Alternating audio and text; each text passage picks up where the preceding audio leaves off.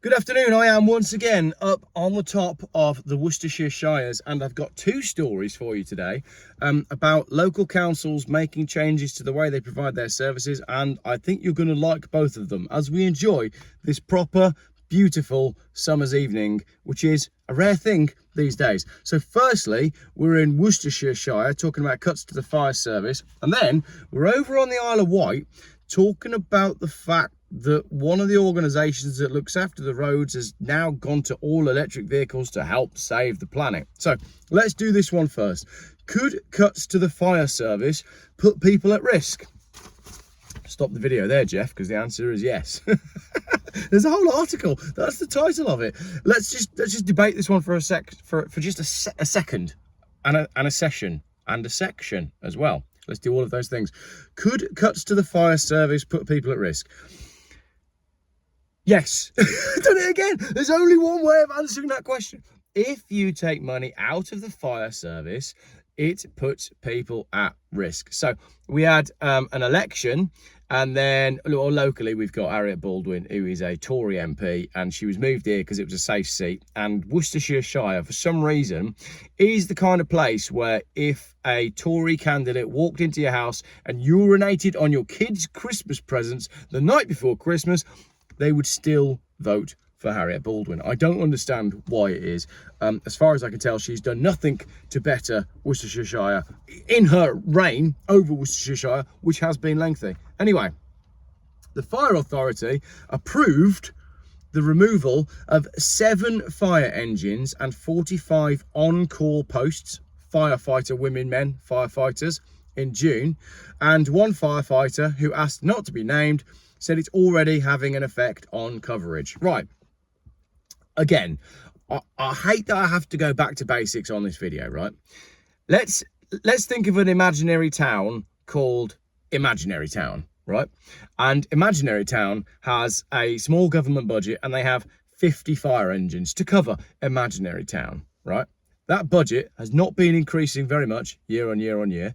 And in Imaginary Town, they are desperately trying to keep the number of fire engines the same and the number of fire people the same so that they can offer the same level of service. Meanwhile, the population is not increasing at the same level. The population is increasing exponentially. You've got more people, you've got more houses, you've got housing estates going everywhere, you've got new industrial estates going up everywhere. So the rate of the rise of the increase in civilization is massively outpacing the rate of the rise in the increase in the fire services. So if Imaginary Town has only got 50 fire engines and they keep 50 fire engines, it's like inflation, isn't it? Eventually it's not going to be enough. But what's actually happening in Imaginary Town is all of the governments are broke and they're trying to cut public services. And one way of doing that is by taking away some fire engines. Now, what do you think is going to happen if you have an imaginary town that needs 50 fire engines and you take away 7 of them? It's going to have a direct impact straight away. Chief Fire Officer John Price said there were no real alternatives when the cuts were announced in June. The firefighter said the cuts were almost immediately, although the changes were not meant to be until April 2025. Worcester's 3rd fire engine was the last one to go, and that was about 3 weeks ago. During a house fire in which a man died, both remaining fire engines from Worcester were deployed to the scene on Saturday, July 20th. A 3rd fire engine was needed, which would have been the on-call fire engine in Worcester had it not been cut. So they had 2 fire engines. They needed another one, but it wasn't there because the budget didn't allow, so it had gone. Instead, another fire engine was called from another station somewhere else. The 3rd engine was coming from Malvern, but that had mechanical faults and it had to turn back. So a 4th engine came from Upton upon Severn to the Arboretum in Worcester.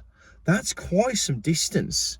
The first 2 crews at the fire were very stretched, as the ambulance also didn't arrive for another 10 minutes because they've got their other pot of problems. They've got a whole bucket of their own issues in the NHS and in the ambulance services, notwithstanding the fact that they're dealing with a whole load more cardiac arrests than they ever have.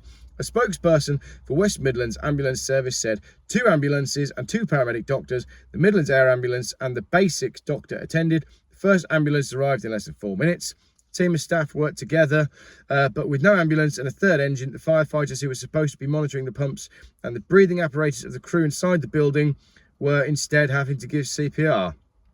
So can't get the staff, but not so much can't get the staff, can't afford to pay the staff, and people are dying as a result.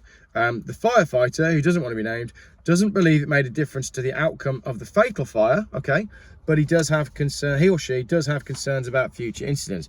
He said it could only be a matter of time before someone dies because of this, but I hope it doesn't come to that.